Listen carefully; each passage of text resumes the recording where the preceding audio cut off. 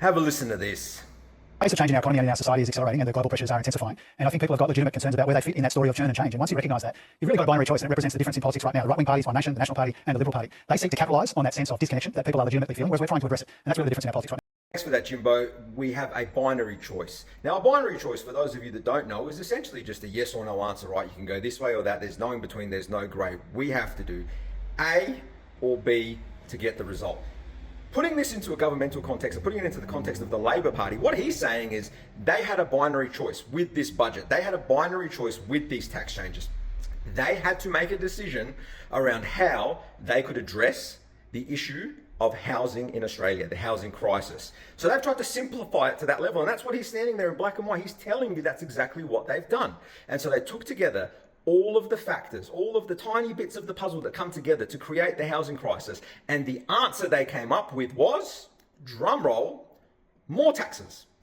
Now, the issue with that binary choice is you simplify it, you boil it down to that, and you forget so many of the little nuances of the housing crisis. First and foremost, the fact that interest rates, repayments, what the average person deals with, are one of the biggest factors. People can't afford houses because, quite simply, they don't have the cash. No one's got the cash. The affordability comes down to not being able to qualify for the loans to buy those houses based on serviceability. They can't afford the repayments. The number one thing that any government can do to bring down interest rates is to do anything in their power to lower inflation. The RBA, historically incredibly neutral when it came to criticizing government, stood up there and said, again, clear as day, plain as can be, yes, government spending is increasing inflation.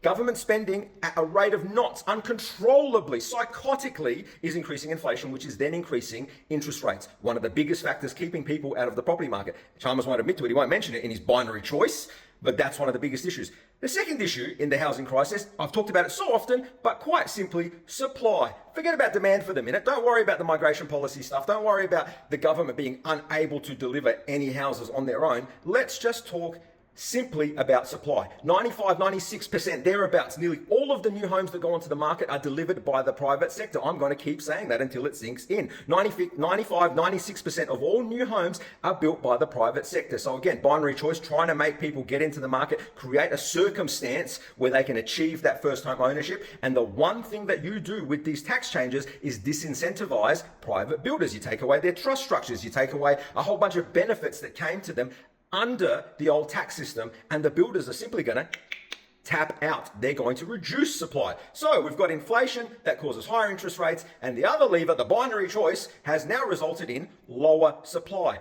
I'm not an economist. You don't have to be a genius, but higher prices, lower supply, what's that going to do? Make prices even higher and lock even more people out of the market. So stop talking like an alien. Stop using big words to confuse people. I made a binary choice. No, you didn't. You and Albo quite simply sat back and made a decision for yourselves that affected everybody. And that's not even the problem. That's part of government. You guys got to make decisions. The problem is you told us before the election, if you vote for us, we won't do this. So forget, I didn't vote for you. I did not vote for Labor. I'll be completely honest. I'll show you my hand. I didn't vote for Labor. But there are Labor supporters that did. And they voted for Labor on the basis of that promise. Call it a change of position, call it a lie, call it whatever you want. You made a binary choice, yes or no, to screw over the very people that voted for you and a whole bunch of others that didn't. If you're going to do that, have the decency to stop perpetuating the lie that any of it was for us. It is a cash grab. You have run out of money. You've spent every last dollar. There is no more to be had. Even governments take loans, and every loan has an endpoint. At some point, whoever's giving you those trillions of dollars is going to start to wonder if you can ever pay it back. They turn off the tap. Albo got told, no more money from your mates. Go get it from somewhere else. The somewhere else, binary decision, us, taxpayers, paying more tax under the guise of housing affordability, which I can dismantle for you 100 million times more if you want, but none of this is going to get any first home buyer into the market quicker or more affordably. Stop lying, all right? Otherwise, our binary decision at the next election, which we've already made, is quite simple. Any party other than you. Alex Money.